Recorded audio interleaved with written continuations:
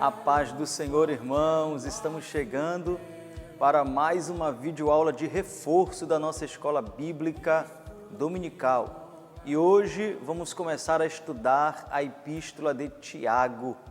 Lembrando aos irmãos que o nosso objetivo não é que você pare de frequentar a escola bíblica dominical na sua congregação, mas o nosso objetivo é somar conhecimento para que possamos crescer juntos, tá bom? Se você ainda não é inscrito no nosso canal, não esqueça de se inscrever. Também, se você gostar do nosso vídeo, deixa aí a sua curtida e o seu comentário. Compartilhe para que possamos alcançar mais irmãos nossos que também amam estudar a palavra de Deus, tá certo? Então, a nossa lição de hoje é a lição de número 11, Tiago, capítulos 1 e 2. Provações, prática da palavra, fé e obras. Os nossos objetivos são orientar acerca das provas e tentações, exortar acerca da prática da palavra e definir a fé acompanhada das obras. Então, no final da nossa aula, os nossos alunos devem estar aptos, a entender os nossos objetivos e tudo mais que nós vamos estudar. O nosso texto áureo, então, ele vai dizer: bem-aventurado o homem que suporta com perseverança a provação, porque depois de ter sido aprovado, receberá a coroa da vida, a qual o Senhor prometeu aos que o amam. Tiago, capítulo 1, o versículo 12. A nossa verdade prática, antes da aprovação vem a provação. Às vezes, irmãos, queremos contar vitória sem passar por lutas. Isto não é possível, pois só é aprovado aquele que passa pela prova, tá bom? Vamos então para a nossa introdução. No versículo 1, o escritor ele vai se identificar como Tiago, servo de Deus e do Senhor Jesus Cristo. E ele vai dizer as 12 tribos que se encontram na dispersão. De forma geral, ainda que não possamos afirmar com convicção, é aceito que Tiago seria o meio-irmão de Jesus. Então, o escritor desta carta seria possivelmente Tiago, o meio-irmão de Jesus. O Novo Testamento menciona 4 Tiagos. 2 foram apóstolos, um era o Tiago, filho de Zebedeu, e o outro, o Tiago, filho de Alfeu. Você pode ver lá em Mateus, no capítulo 10 e no versículo 3. O outro foi o irmão de Jesus. Existe ainda um outro Tiago, que ele era pai de Judas, o apóstolo, que esse praticamente está descartado, tá bom? Agora, o Tiago, filho de Alfeu, pouco se sabe sobre ele na Bíblia e em outros livros. Logo, ele não deve ter sido o escritor desta carta. O Tiago, filho de Zebedeu, foi um dos mais próximos de Jesus. Ele fazia parte dos grupos daqueles 3, junto com Pedro e com João, que eram mais íntimos de Jesus. Só que ele foi morto logo nas primeiras perseguições. Você pode ver lá em Atos, no capítulo 12, nos versículos 1 e 2. Aproximadamente no ano 44 depois de Cristo. Logo, dificilmente ele seria o escritor. Nos resta, então, o Tiago, o meio-irmão de Jesus, que está lá em Mateus, no capítulo 13 e no versículo 55, que na época do ministério de Jesus, ele não o seguia. Você pode ver lá em João, no capítulo 7 e no versículo 5, que nenhum dos irmãos de Jesus acreditavam nele, mas que depois da ressurreição de Jesus, lá em Atos, no capítulo 1, versículo 14, você passa a ver que Tiago agora é um seguidor de Jesus. Ele passou a ter muita influência entre a igreja, como em Atos, no capítulo 12, no versículo 17, e ele é aceito, então, como o escritor da carta, tá bom? Ela foi escrita aproximadamente entre o ano 46 e 62 depois de Cristo. visto que Tiago, ele foi morto aproximadamente no ano 62 depois de Cristo, tá bom? Também é importante destacar que nessa época a igreja ela era constituída praticamente por judeus, judeus convertidos ao cristianismo. Por isso ele diz as 12 tribos da dispersão, fazendo menção aos judeus. Também essa epístola, ela é a primeira das chamadas epístolas gerais. Como sabemos, algumas cartas eram voltadas para algumas igrejas específicas, como as cartas de Paulo aos Colossenses, aos Filipenses, e outras cartas eram voltadas a pessoas específicas, como as cartas que Paulo escreveu a Timóteo. Existiam também as epístolas gerais. Eram como uma carta circular, que deveriam ser divulgadas em todas as igrejas. E esta carta de Tiago, então, é um desses casos. Era uma carta que deveria chegar a todos os irmãos, ainda que todos fossem judeus. Agora, mesmo ele sendo irmão de Jesus e possuindo grande influência entre os apóstolos, ele se identifica como servo, como escravo, e deixa um grande exemplo para nós hoje, enquanto tantos brigam por posição, tá bom? Vamos então para o nosso tópico 1, que vai dizer vencendo as provações, capítulo 1, do versículo 1 ao versículo 8. Alguém chegou a dizer que Tiago não era um teólogo, ele não estava preocupado com teologia, ele era um pastor, e porque era pastor, ele estava preocupado com a prática da vida cristã. A vida dos irmãos não estava correspondendo ao seu discurso. Tipo quando você já ouviu alguém falar assim, faça o que eu falo, mas não faça o que eu faço. Então Tiago, ele vem exortar quanto à ética, quanto à maturidade, à fé prática. A carta também ela é conhecida como Provérbios do Novo Testamento.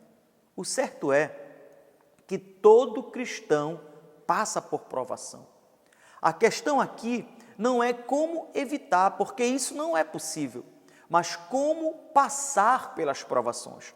Então, Tiago vai trazer algumas orientações que vamos estudar a seguir.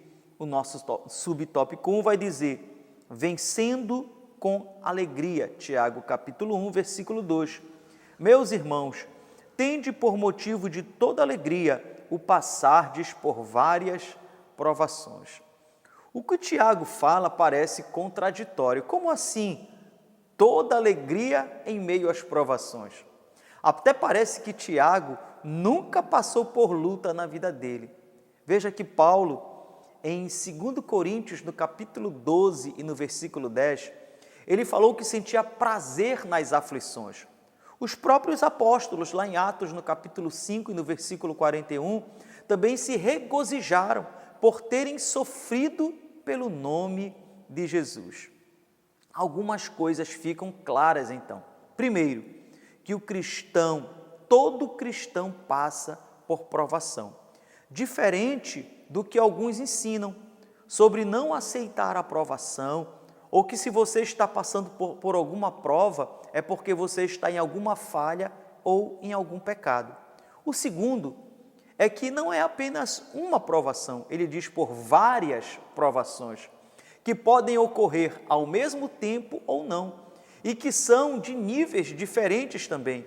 Umas são mais fáceis e outras são mais difíceis e dolorosas. Agora, o importante é que ele diz passardes, ou seja, a luta, a provação não é para sempre. As lutas, ela tem começo e fim. Bem, mas talvez você pergunte, como encontrar alegria nas provações?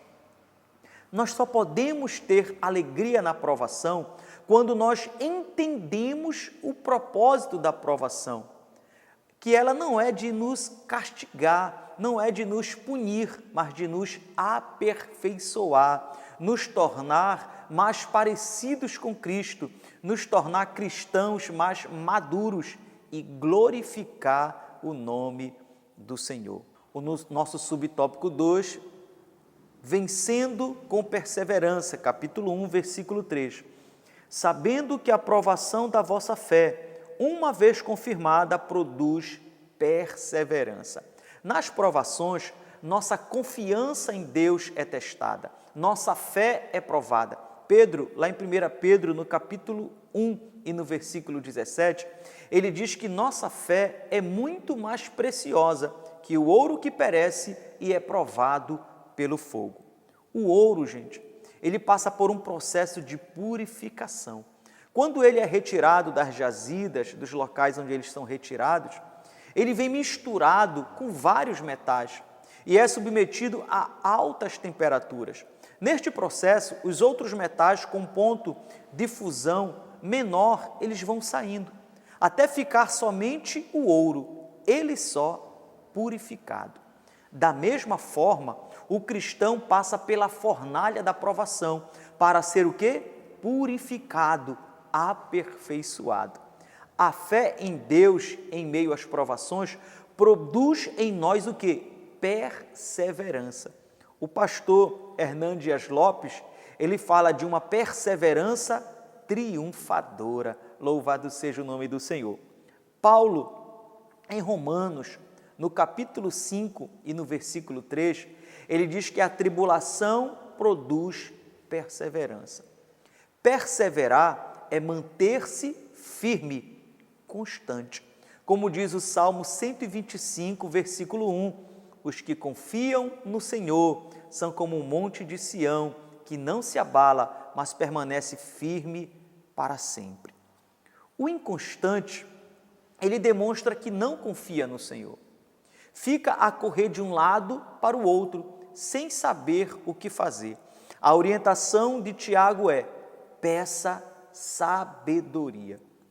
Alguém chegou a dizer que conhecimento é a capacidade de desmontar coisas, enquanto sabedoria é a capacidade de montá-las, tá certo?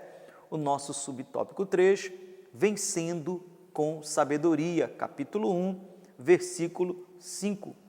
Se, porém, algum de vós necessita de sabedoria, peça a Deus, que a todos dá liberalmente e nada lhes impropera, e ser-lhe-á concedida. Não é fácil lidar com as provações. Ninguém é programado para isso. A nossa perspectiva é que tudo corra sempre como nós planejamos. Por isso, precisamos de sabedoria. Talvez, se nós fôssemos pedir alguma coisa para o Senhor na hora da provação, seria que Ele passasse a provação. Mas aí, nós sempre seríamos cristãos imaturos. A orientação de Tiago é que na hora da provação venhamos pedir sabedoria para passar pela prova, de forma que venhamos tirar o maior proveito possível desta situação.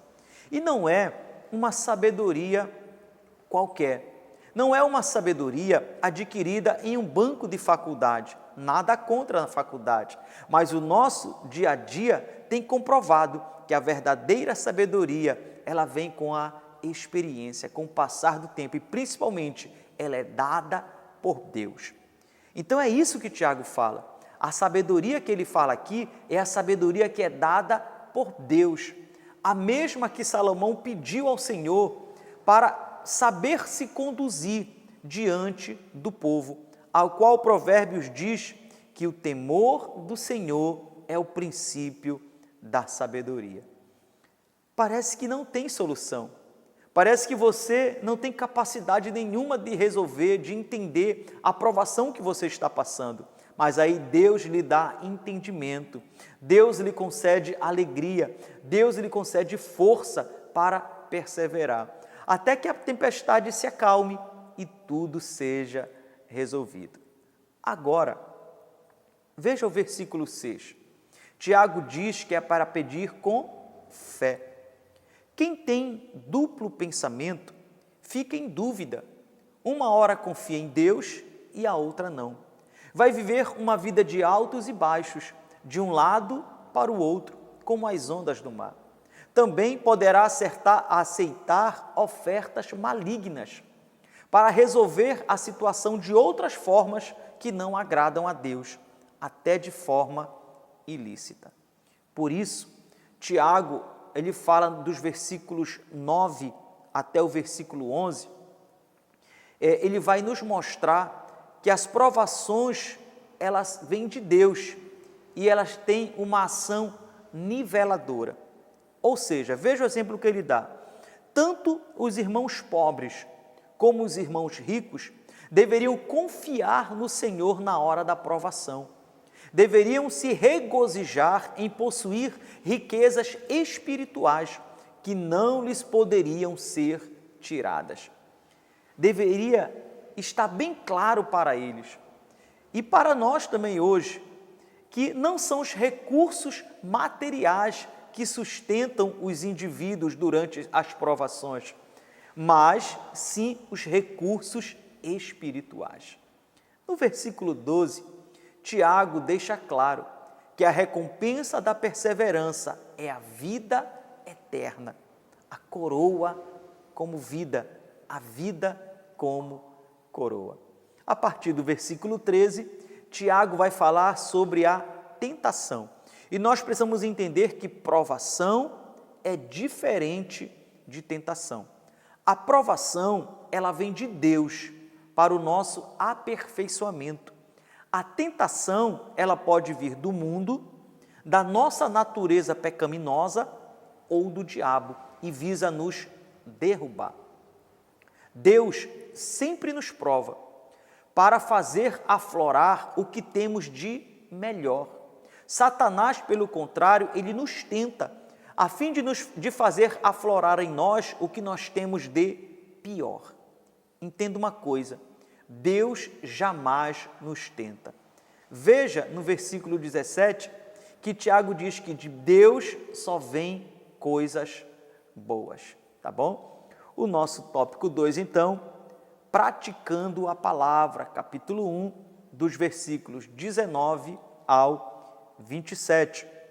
O nosso subtópico 1 vai dizer, ouvir mais e falar menos, Tiago, capítulo 1, versículo 19. Sabeis estas coisas, meus amados irmãos. Todo homem, pois, seja pronto para ouvir, tardio para falar, tardio para se irar.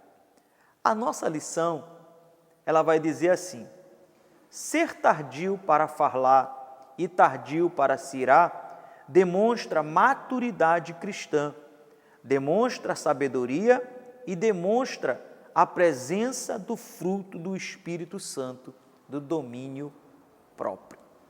Quantos problemas e até mortes seriam evitados se as pessoas não falassem precipitadamente? Provérbios, capítulo 17, versículo 28, ele nos mostra que até o tolo pode passar por sábio se ficar calado. Com certeza, você já ouviu a seguinte frase, que Deus nos deu 2 ouvidos e uma boca, para que a gente ouça mais e fale menos. Mas parece que sempre estamos armados. Antes de acabarmos de ouvir, nós já queremos falar. Falar precipitadamente já causa uma série de problemas. Agora, imagina você o irar-se. Agir precipitadamente em um momento de raiva é a causa de muitos problemas sérios, inclusive de homicídios.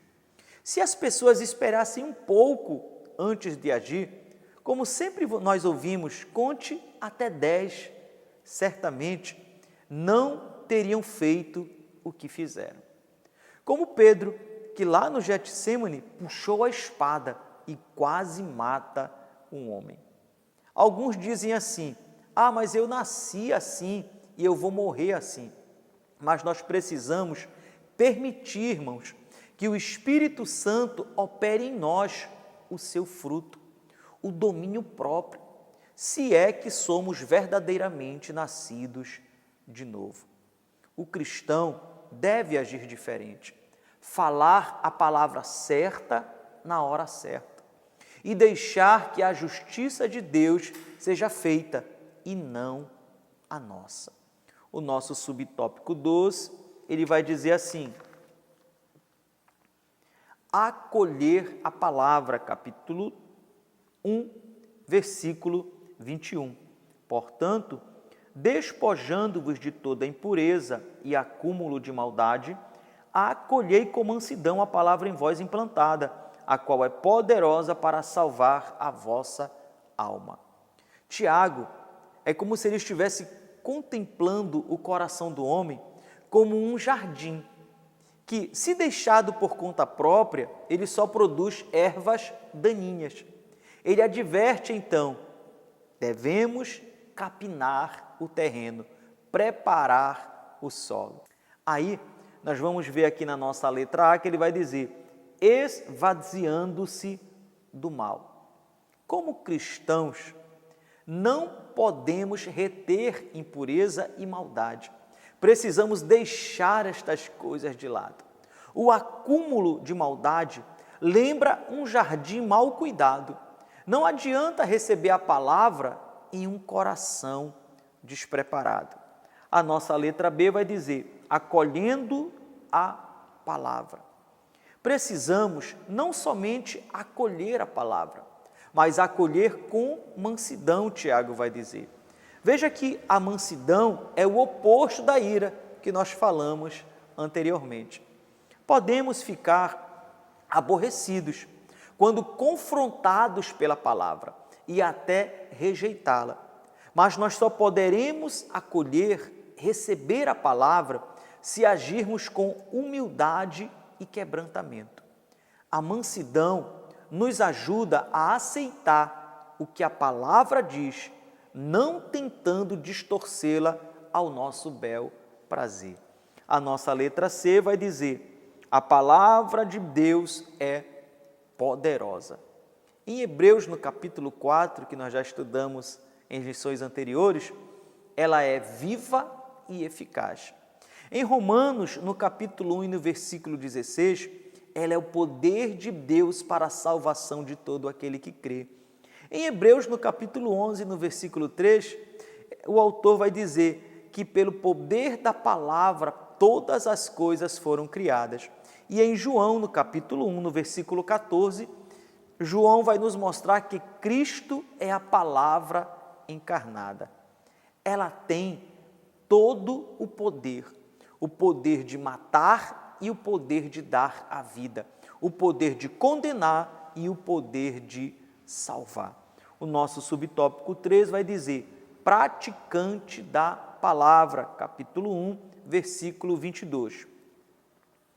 Tornai-vos, pois, praticantes da palavra, e não somente ouvintes, enganando-vos a vós mesmos.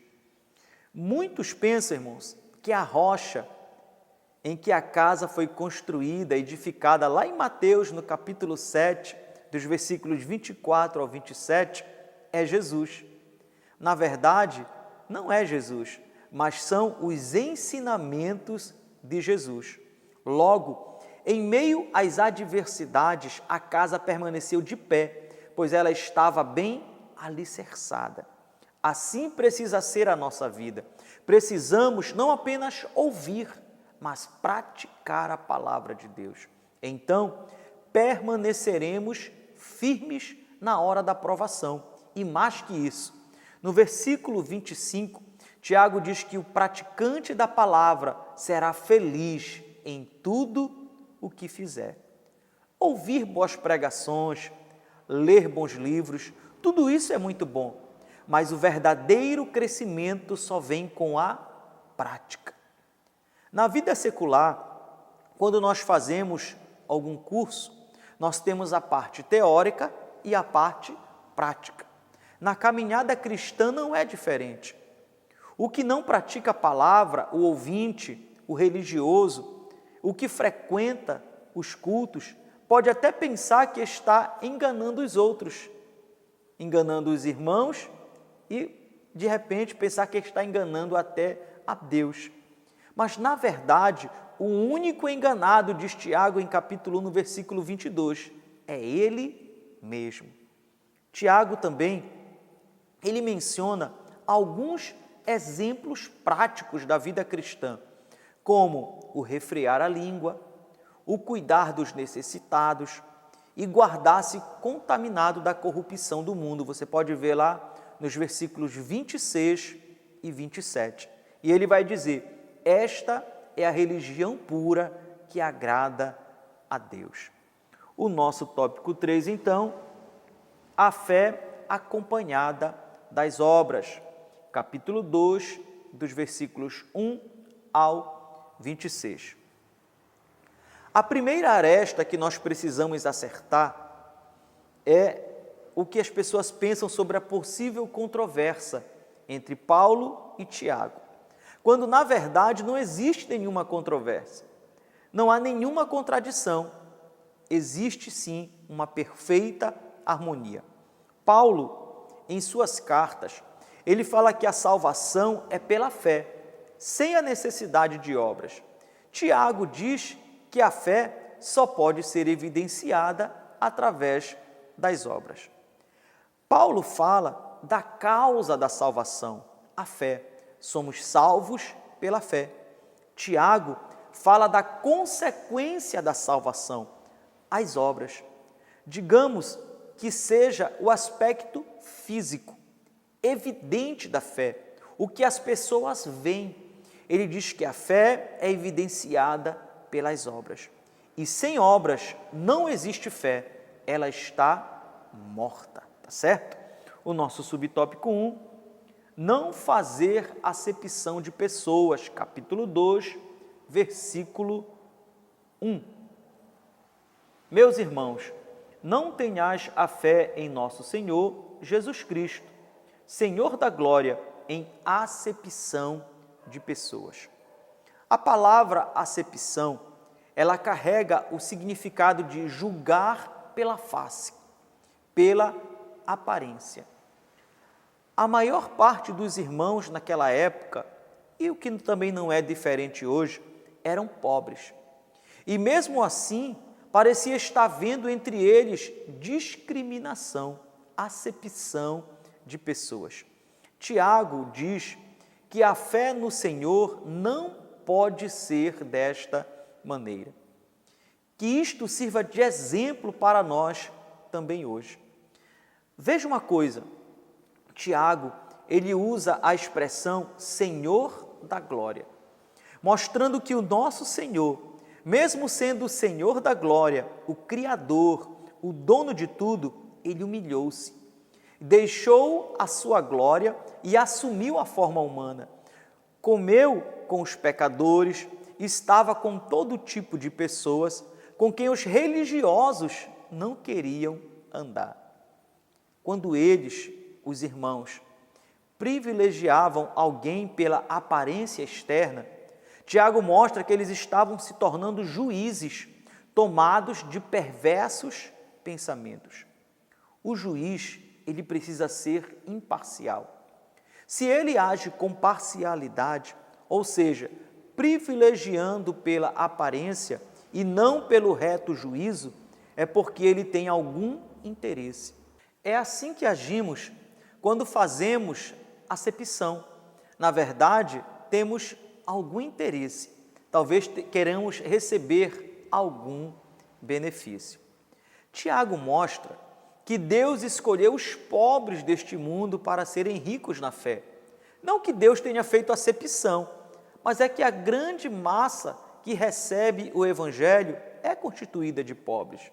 E no mundo, geralmente, não sempre, é claro, os ricos oprimem os pobres.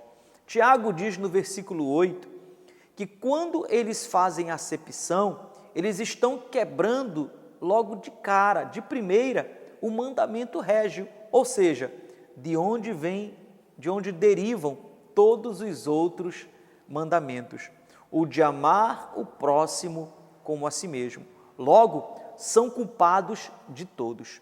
Ou também, como escreveu João, lá em 1 João capítulo 4, no versículo 20. Pois aquele que não ama seu irmão a quem vê, não pode amar a Deus a quem não vê. Nós precisamos deixar claro que não estamos mais debaixo da lei.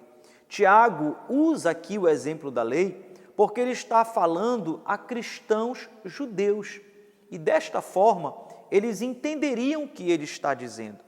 O exemplo claro de julgar pela aparência está lá em 1 Samuel, no capítulo 16, nos versículos 6 e 9, quando Samuel vai para ungir o rei de Israel na casa de Jessé, e assim que aparece o primeiro filho de Jessé, Samuel pensa que já é o escolhido, ele olha pela aparência, e o Senhor diz, não Samuel, não foi esse quem eu escolhi, porque o homem olha a aparência, eu olho o coração, tá bom? O nosso subtópico 2, a misericórdia triunfa, capítulo 2, versículo 13. No versículo 12, Tiago exorta aos irmãos a que a palavra e a prática caminhem juntos. Não podemos ensinar uma coisa e fazer outra.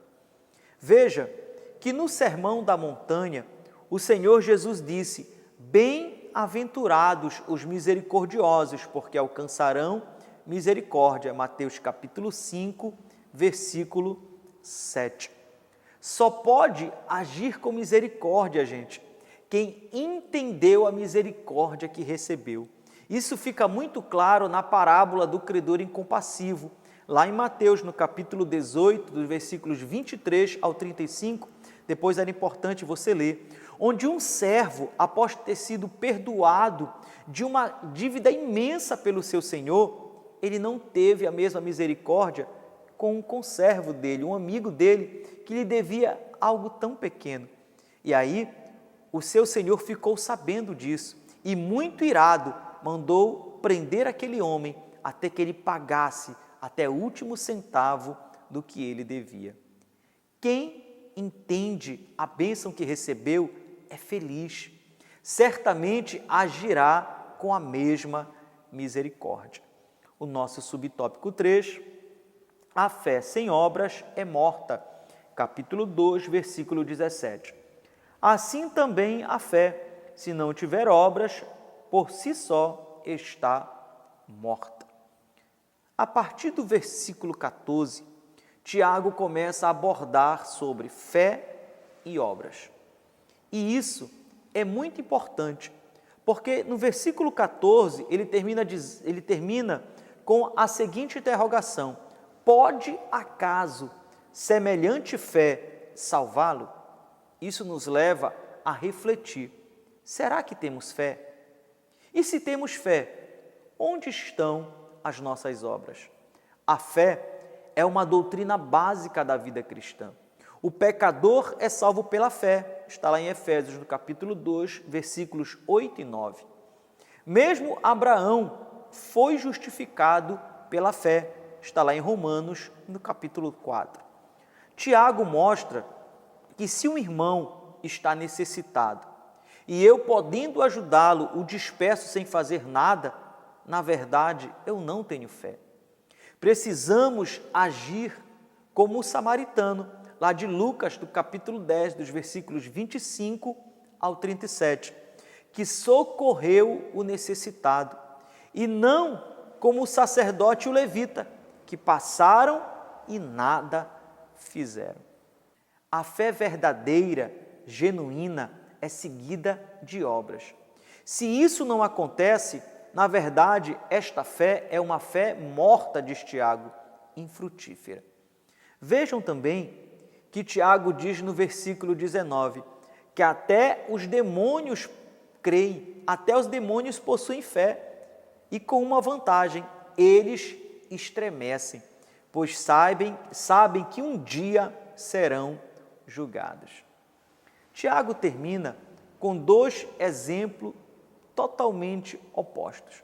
O primeiro é o de Abraão, que nós já mencionamos, e o outro é de Raabe, que foi salva pela fé. Mas sua fé, ela foi demonstrada por sua obra, de socorrer os espias, correndo o risco da sua própria vida. Ela escondeu os espias. O comentário IESB, ele diz o seguinte: é importante que cada cristão professo examine o seu coração e sua vida e que se certifique que possui a fé salvadora, tá bom? A nossa aplicação pessoal: suportemos as provações com perseverança, sendo praticantes da palavra de Deus e evidenciando nossa fé através das obras.